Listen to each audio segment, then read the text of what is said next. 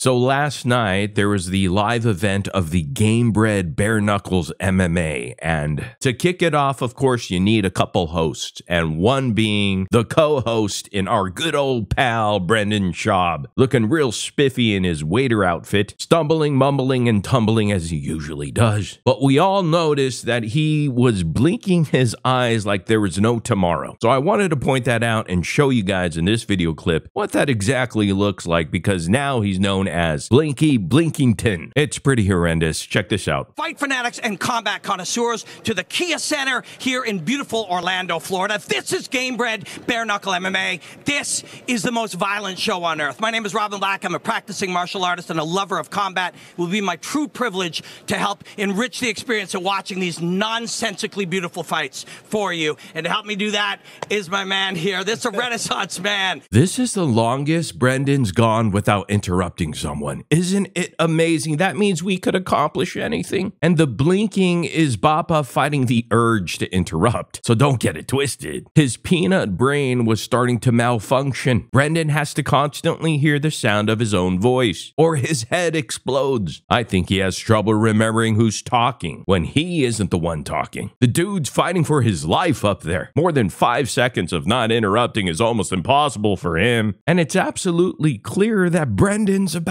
to nod off. Hence the blinks to keep him upright. Schaub is ripped to his flaccid tits on the smack. Brendan's definitely back on the black market meth pills. The dude talked nonstop for 3.5 hours. He didn't let one moment breathe. Bappa was like a meth out Joe Buck. And of course, the other guy, the main host, Robin Black, is always going to let the audience know every 2 minutes that he trains in MMA or whatever. At this point, I don't know who's more annoying, Robin Black or Brendan Schaub. I'd have to vote for the latter. Robin Black looks like a dude who's training for the cocaine Olympics. That dude is insufferable too. He's such a tryhard, this Robin Black. So wait a second, Renaissance man is when you're really bad at everything you do? Or am I forgetting the definition now? Brendan Schaub's the jack of all trades. Talking about master of none. Excuse me, Brendan Schaub is the Jack Daniels of all trades. Talking about a jack off all dicks be. I swear to God, this video clip that we just saw looks like an SNL parody skit of a UFC event. I'm surprised Brendan didn't shave his head and wear a black dress shirt to be like his idol Joseph Rogan. It will be my true privilege to help enrich the experience of watching these nonsensically beautiful fights. What the F is this redacted BS? Saying you're there to enrich the experience is a wild thing to say. So Bappa can't leave his kids to do stand-up comedy gigs, but constantly leaves to do other random shit. The dude flew to Florida to do this. Moving right along, for those who don't know what the Schaub curse is by now, it's whenever Brendan predicts a fighter to win and ends up losing. So you always bet against Brendan. But at this live event last night, the Schaub curse claimed another victim of the night because the Grim Reaper came a-knockin'. Don't believe me? Check this out. Legend. Who's got the edge?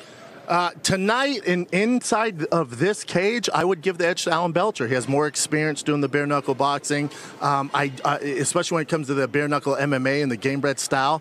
There's certain guys that come over from UFC or MMA and they adapt really well to the new rules. Alan Belcher's one of those guys. He's just it's different. If you would have asked me 5 years ago and it's MMA rules inside the UFC octagon, I'm probably leaning towards JDS. But when it comes to gamebred, it's Alan Belcher's night. The one and only Junior Cigano.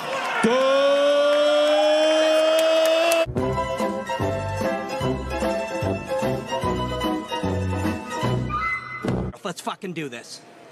So, I'm actually appalled at how bad this redact is. Even if you try to be this bad, the odds would be so astronomically small that it would basically be impossible. Not to mention that this redact was in the UFC before, so he should know more than the average homeless cat, but clearly not. Hats off to you, Bappa. You're truly one of a kind. And I'm so grateful that the TRX tumble or flip of his truck didn't take you away from us. And we keep having having these beautiful dishes in the kitchen over at PF Chang's. Now, if you do the opposite of what Brendan Schaub thinks, you can make a lot of money, B. I'm personally actually going to start doing that. Call it a Bappa parlay. And the reason Brendan did so badly in the UFC is his low fighter IQ mixed with his high ego. Schaub thinks that because he fought in the UFC, he has this deep understanding of fights, and his opinion should be respected because of it, when it was really just in your face week after week of, damn, this dude should not be around fights, let alone in them. Bappa stumbles over his words and ideas, just like he pranced around the ring, very confused and scared. Schaub literally picked a washed-up middling middleweight over a washed-up ex-heavyweight champion who, like, never gets taken down. If this whole thing was a character, he'd be an effing genius. Beer knuckle? If you wanted me to giggle, brother, you got me. Bappa's down to 2 vowels now, Bubba. Bare knuckle style, of course. So the host and the co-host, they both fought MMA. They are both older fighters. One was a champion, and it's insane how bad Brendan Schaub's takes are. Anything can happen in a fight, but the more obvious pick is JDS. It's amazing how Brendan is always wrong. Schaub needs to be studied. Brendan Schaub also never learns he shouldn't constantly be making these redacted picks in a setting you're not supposed to be choosing sides for. As a commentator, his job is to be hyping the audience up for the fights and noting the fighters' strengths and backgrounds. But good old Fat Patrick has to always get his 2 cents in, which makes me wonder if Gamebred is redacted enough to hire this guy again. Now, watching this video clip over and over, both these guys have lesbian haircuts. How out of touch is Jorge Masvidal for using the 2 most disliked, douchiest characters in the MMA expanded universe to host the entire event? I guess Jorge Masvidal went for cheapest with most name recognition, or they both owe him a favor. I don't know. Do you? If you do, let me know in the comment section down below what you think about all this. And if you would do me a huge favor, big favor, guys, go ahead and click that like button and that subscribe button right now, and please push the notification bell as well. I truly, sincerely appreciate it. Thank you so much for watching. You guys are the best, and I'll see all of you in the next video.